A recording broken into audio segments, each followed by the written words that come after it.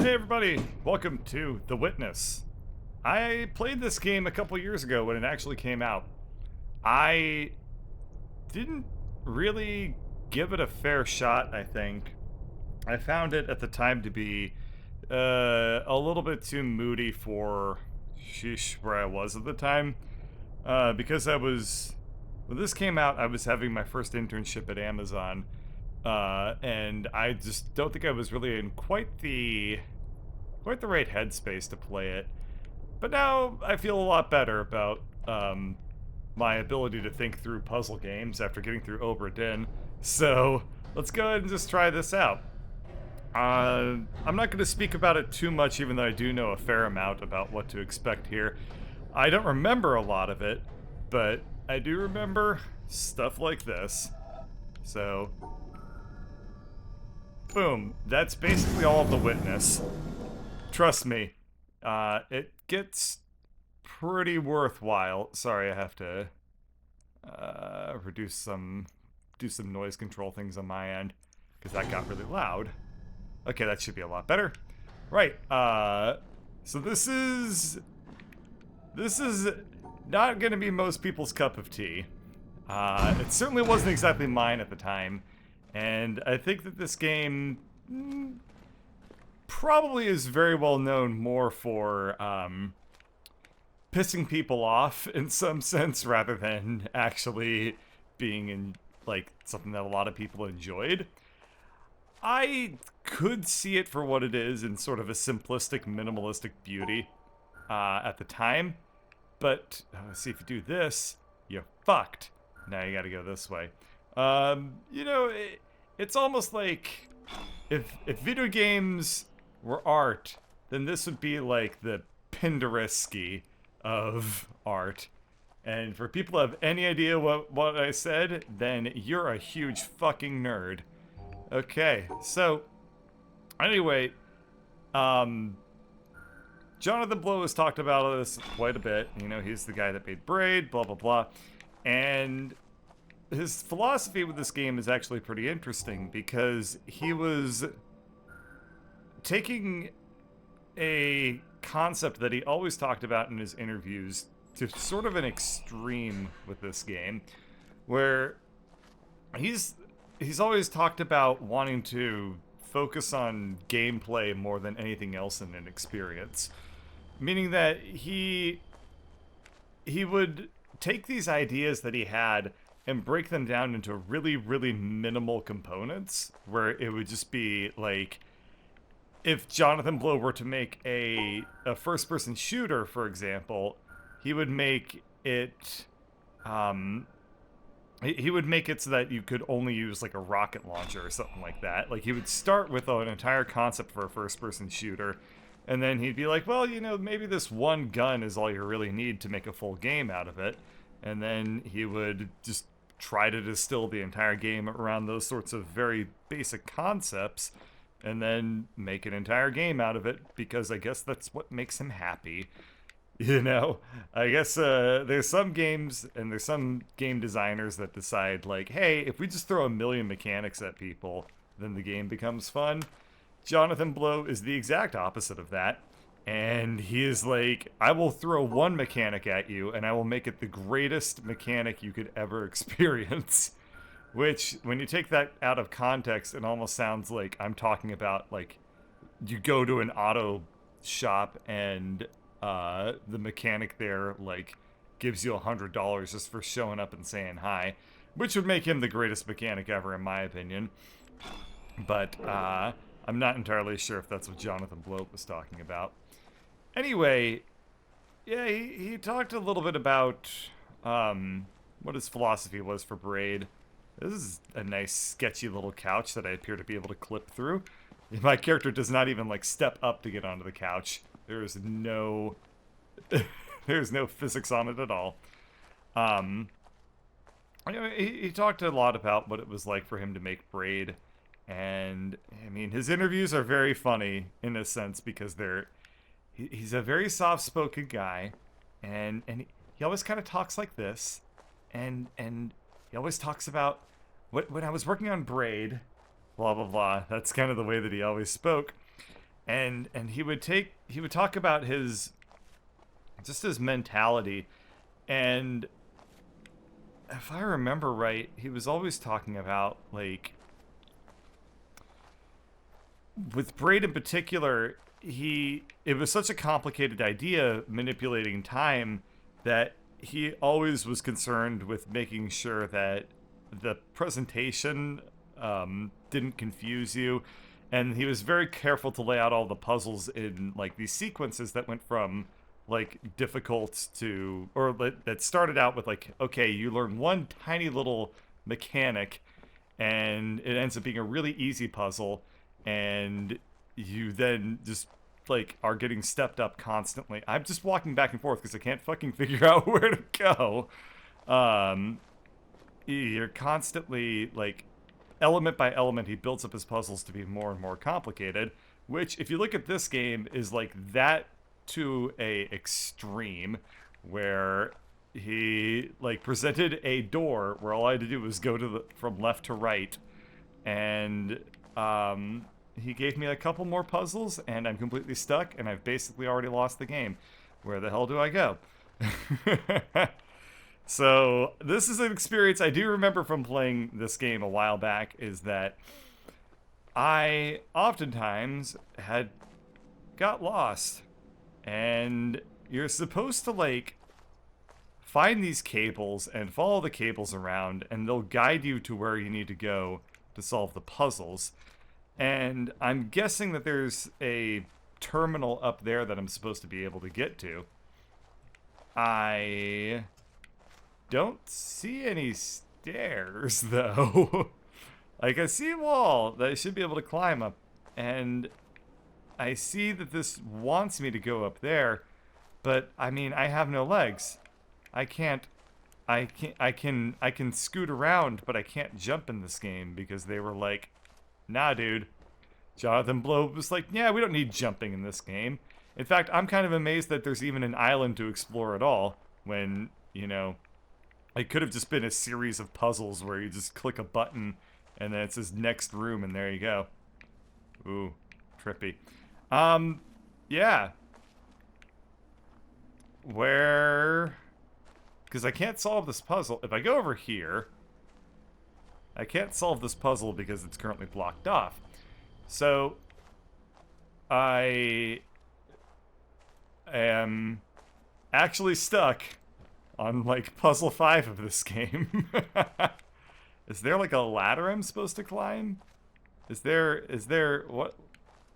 I get that this is going to be the puzzle, that it's also about, like, finding yourself in this mixed up world of braidliness, but it's too much.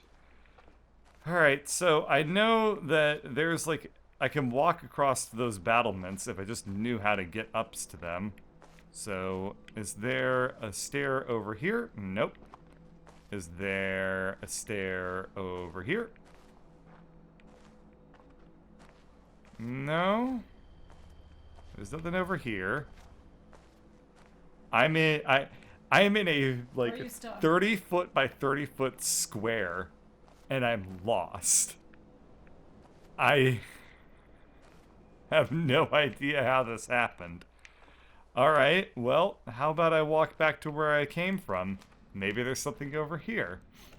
I also wish that this game came with a sprint button, but it didn't. Wait. Oh, there we go. Now we're talking. You can tell by my shadow that my character is absolutely hauling ass right now. I am now the Usain Bolt of witnesses. You can't climb those handhold looking things in the alcove. I didn't see any handhold looking things. Those things? No, I don't think so. Then, alright, I did solve this one. I'm pretty sure I'm not... Yeah, this cable needs to be activated before that thing opens up, and then I'm able to solve that panel. But... What am I to do? Other alcove. Okay. Nope.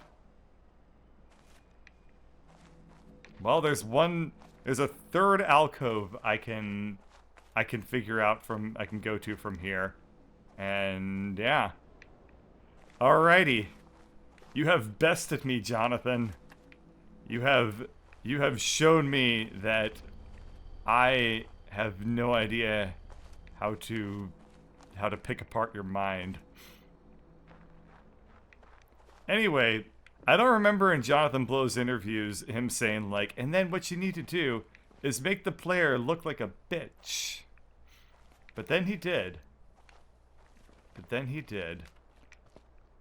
Alright. No ladder. Nothing. I can't. Am I really gonna have to like look up a walkthrough to figure out how to get to the next puzzle? Because I'm not above doing that. However, what am I overlooking? You know, I guess that's the real question here. You can't climb on the walls? I can't climb on the walls. I can only walk around and I can only sprint. Because some of them look very much like steps. Where? Please tell me. Go back.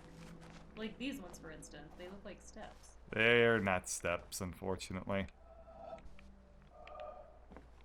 Yeah, I can't climb. There was one I was able to sort of hop on, but a lot of the stuff doesn't even have, like, physics on them at all. Okay. I swear I did play this game at some point, and I got a little bit further than this point when I played it. But, follow the cable from the beginning. Maybe I missed one. I did not miss one, I don't think. So, I walked out here. I walked over here. I solved this one. Took me back over here. I solved this one. It took me over to here. I solved that one. It took me over to here. And then I retraced this step. Well, I mean, I didn't retrace it, but I did follow the cable to get to here. I solved that one because it's all lit up. And then I come over here, and we just have to do that one up there. And I think I know what I'm doing wrong. So we have... ha ha ha ha ha. Boy, that is clever. You have to come down and switch which cable you solve it for. See, this is why I'm convinced that this game is actually brilliant. Like, you can't tell me otherwise that that's not at the very least very clever. Like, that's great game design right there. And with that, we've finally beaten the first level. Cool. So I'm not really supposed to sprint through this game, because you're supposed to sit here and ooh-ah at the foliage. Because that's basically 80% of the graphics in this game. So I hope you like Foliage. Now, the other thing that you're supposed to do is probably walk along the paths and stuff that Jonathan Blow has oh so carefully laid out for us to... walk across. I'm not going to do that. I'm basically just going to pick directions that seem fun and then go down them with wild abandon. So here's the other thing that's cool about this game. It has what's called environmental puzzles. So you see that? See that shit right there? If I were able, you know, you see it over there? Bam. Anything in the world that looks like the same kind of design as the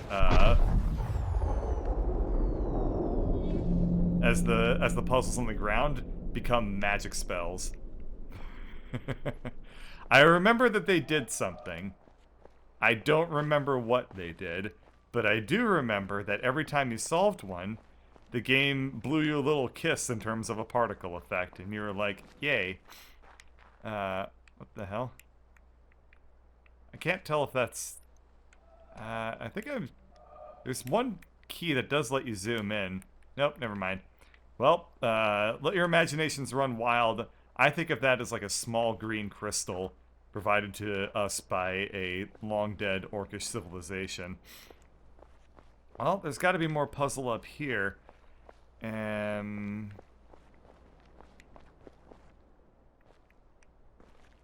I am wrong. Alright, well, at the very least we get a cool little vantage point. There might be something that I'm able to see around here, though. Perhaps another environmental puzzle, something to that nature. I'm not entirely sure, but I couldn't tell you just from looking around right here. I suppose that this would be another vantage point to solve this puzzle, but I don't really see it. And nothing over there. Cool. So, oh, I had an interesting point. Well, I mean, I thought it was interesting. I guess I shouldn't just be so presumptuous as to say that. But there's a really cool blog out there written by one of the visual artists who worked in this game, and he talked about what a certain problem that he faced while working on creating the foliage in this game. So it was trying to find an optimal way to... What is that? I've never noticed that before. Is that supposed to be like the root? Or did somebody litter here? Oh, it's rocks. I see. Nature's litter. He wrote a really cool series of blog posts about what it was like to put together all the foliage in this game. And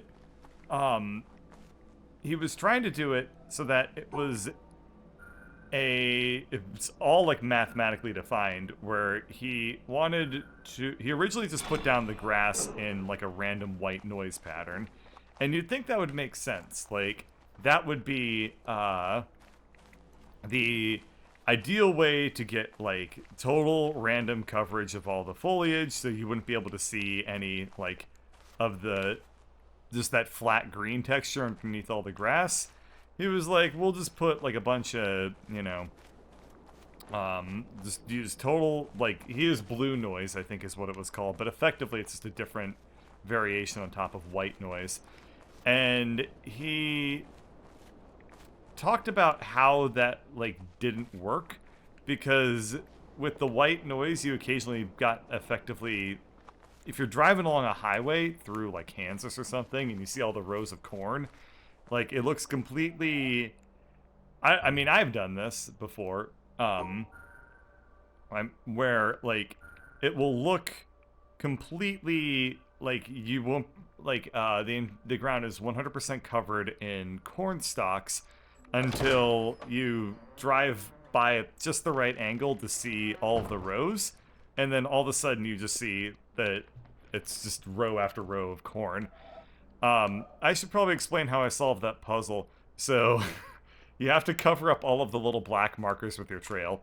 If you don't do that, then the puzzle, like, if I just go straight for the ending here, then the game's gonna say, nah, I didn't do it. I'm gonna resolve this real quick because I may need to leave the puzzle solved as I go through the game world to get everything to unlock correctly. So yeah, the artist wrote an article about how using the white noise he also got that same effect, and he was a royal perfectionist, and he was like, no, I can't let it just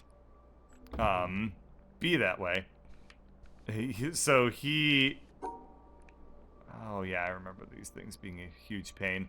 So it's a triangle, which means it needs 3 out of the 4 sides covered, I think? No. Alright. I don't remember quite how the triangles work. I think that it might be... Is it this? No. Is it this? Ah, so it needs to be the opposite of what I was thinking, where I need to go around 3. It's that I need to only do 1. So, yeah, that didn't make any sense at all. So, you know, you got your 4 sides here. It's a triangle in the middle, so I need to just make sure that I only use up 1 of the sides, and then it equals 4. I think. We'll play around more with those puzzles as they come up. I hate them. They're... the first time I played through the game, I got through the end of the game and I never figured out what that mechanic was. But I'm not gonna let it do that to me again this time. No. Right, so... What he ended up doing was... He came up with, like, this interesting hexagonal pattern where he... And basically everything in the game uses this design, where he took a bunch of hexagons, curved them around like they were actually laid out on a sphere. Then every point of the hexagon, he put like a little flower or whatever, or in this case, like a little like stalk blade of grass. And then like rotated every third hexagon around. And for whatever reason, like, that's the most insane thing to describe to me of how to, like, put down grass. And it works perfectly. Like, you can kind of see that it's not really a random pattern. Like, there is... If you really squint your eyes and think about it, you can actually see that there's, like, sort of roughly hexagonal patterns going on here that are just staggered ever so slightly so that you're not able to notice it very well. But yeah, this is what he was talking about in terms of corn rows, like this sort of gap between the grass, except it would be like straight back, so it would look like a weird snake trail carved through the grass. And so he threw a bunch of math at it and made it not be a problem anymore.